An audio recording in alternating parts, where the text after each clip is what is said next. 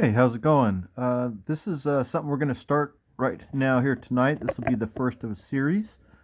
And what we're going to talk about are the Marx Warriors of the World figures. Here are some of them. These are some of my collection that I have up here on display for a reason, because I'm going to show you how I have customized or repaired or fixed or whatever you want to call it, these 12 figures in different ways. And I will talk about how I do that. And we'll look at each figure individually in the series. There are a lot that we'll go through and take a look at. Marx started making these figures in 1960. Figures were sold individually in little boxes, brightly colored little boxes. The figures each came with a card. The figures were originally affixed to a piece of paper with an adhesive. Each card is beautifully illustrated with the name of the figure on it. This figure we're looking at here tonight is Captain Greaves. These figures are all, I guess, what you would call a 60 millimeter scale. They're a bit taller than your standard army man.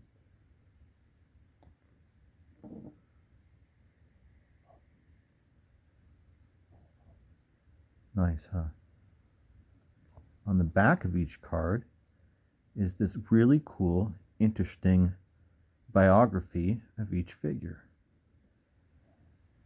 Set him down there, and I'll read you what it says. It says, Captain Greaves. Red Legs Greaves became a pirate captain by accident. He hated killing and torture, and when he saw his commander doing it to a prisoner, he fought a duel with his superior and won. He captured, let me hold him up a little closer, you guys see him, because he's really cool. He's got the parrot on his shoulder and everything. He captured an entire Spanish fleet once and retired with his fortune. But someone informed on him, and he was sent to a dungeon to await trial. That year, 1680, a tidal wave flooded the West Indies, and Redlegs escaped. But he later returned and was pardoned for helping capture another band of pirates. So Redlegs was kind of a good guy pirate. Captain Greaves. He's got his parrot on his shoulder there. He's got a pirate's treasure chest. He's got this cool pirate saber.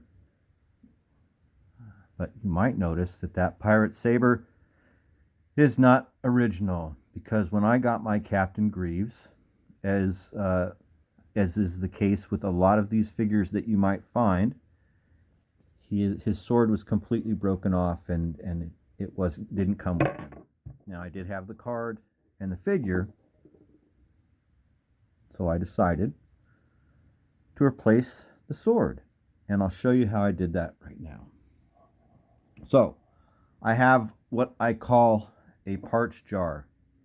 This is a jar that probably most hobbyists have.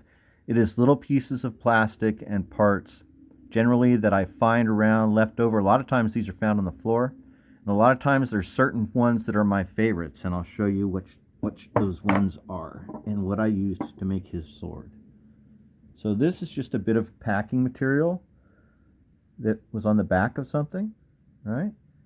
And I cut his sword out of this, and I didn't, because of the thickness of this, I didn't even need a hobby knife. I did it with these scissors, and you can see there's the sword right there. Sometimes I use these sprue cutters when I do this work. Matter of fact, you can see there's a little gunk on my sprue cutter still. Oh boy, that was bad. I just knocked over one of my guys. That was a major. It was Joe Dixon. No damage. So that's all I used to repair old Captain Greaves' old Redlegs there. Oh, with the exception, I'm sorry. So we had that white plastic you saw that I cut the blade out of.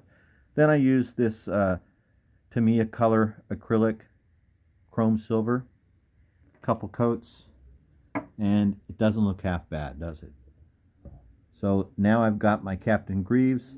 The sword, it looks really nice, I think, in my opinion. I actually think the back side looks better than the front side, but it didn't turn out half bad. So I hope you enjoyed the video talking about the Marx Warriors of the World series. And we're going to be going through and looking at a lot more of these figures and talking more about this series and the popularity of this series. They made a lot of these figures. These figures were produced in Hong Kong at the Marx factory there and hand painted by toy artists. And they did a beautiful job. Oh, some of these figures were made in Taiwan as well, but not. I believe the ones that I have are from Hong Kong. Really nicely done, huh? Neat stuff. All right. Hope you enjoyed the video. Thanks for watching. Like, share, and subscribe. And I'll talk to you next time.